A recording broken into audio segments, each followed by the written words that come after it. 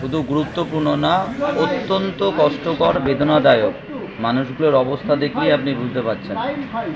ভোটের আগে যেভাবে এসআইআর নিয়ে একটা নির্দিষ্ট ধর্ম মানুষকে এবং খেটে খাওয়া গরিব মানুষ, যারা বিশেষ করে অনেক আদিবাসী পরিবারও আছে, শুধু সংখ্যালঘু না, দলিত পরিবার আছে, শিডিউল কাস্ট, শিডিউল ট্রাইব আছে, মধ্যবিত্তরাও আছে, যেভাবে নাম বাদ দেওয়া হয়েছে, যেভাবে বিচারাধীন করা হয়েছে, এক কথায় বলতে গেলে সেই মানুষগুলোর ভোগান্তির শেষ নেই। তখনও লাইনে দাঁড়িয়েছিল, নানান ডকুমেন্টস দিয়েছিল, তারপরেও একটা অংশ বাদ গেছে, তারপর বিচারাধীন করেছে এবং তারপর তারা আবার ট্রাইব্যুনাল তৈরি করেছিল, তারপরে মানুষগুলো আবার ট্রাইব্যুনালে আবেদনও করে গেছে।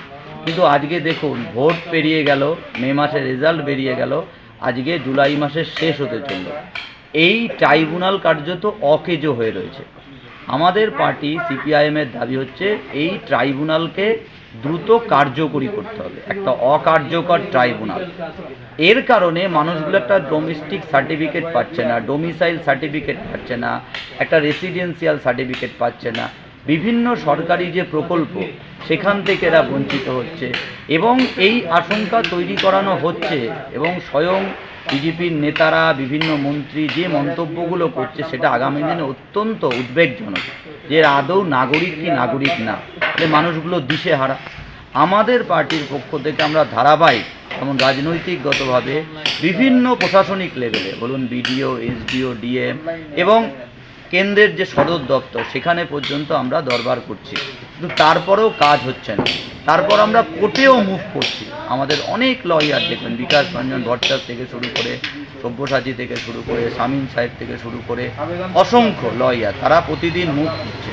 এবং আজকেও আমরা এই বর্ধমান 207 দক্ষিণ বিধানসভার এই যে 234 নম্বর পার্ট, এই পশ্চিম পাড়া, মূলত সংখ্যালঘু অধ্যুষিত পাড়া, এই পার্টেই প্রায় 144 জন মানুষের লজিক্যাল ডিসক্রিপেন্সি হয়েছে। সামান্য ভুল, কোথাও হয়তো সুকারের জায়গায় দীর্ঘকার হয়েছে, কোথাও হয়তো শেখটা আগে ছিল পরে হয়ে গেছে, কোথাও বেগম খাতুনের মধ্যে ফারাক হয়ে গেছে।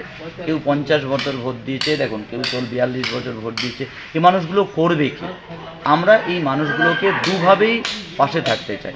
আমরা যেমন রাস্তায় নেমে এদের নিয়ে আছি, আবার পাশাপাশি আমরা কোর্টে পিটিশন ফাইল অলরেডি কিছু হয়েছে, আরও করতে চাই। আমরা চাই এই মানুষগুলোর ভোটাধিকার ফিরিয়ে আনা হোক, এই মানুষগুলোর ভোগান্তি শেষ হোক। যতদিন না পর্যন্ত কেন্দ্রের সরকার, রাজ্যের সরকার এই গোটা বিষয়টাতে যুক্ত হবে না, ততদিন পর্যন্ত আমাদের লড়াই চলবে। একজনও যোগ্য প্রকৃত ভোটারকে আমরা তালিকার বাইরে রাখতে দেব না। যদি কোথাও নিশ্চিতভাবে মনে হয় যে কথা বলছে বিজেপি বা সরকার, সেই রকম মানুষ থাকলে নিশ্চিত তারা তালিকার বাইরে পাচ্ছেন। কিন্তু আপনি নিজেও সাংবাদিকতা করেন এবং এখানে দেখেছেন এই মানুষগুলো 50-60 বছর ধরে বসবাস করছে, তাদের এইটা হক। ফলে ভোটাধিকার কেড়ে নেওয়ার এই যে চক্রান্ত, সেটা আমরা রুখব, এদের নাম উঠিয়েই আমরা ছাড়ব। এই দাবিতে আজকে আমরা ক্যাম্পও করছি।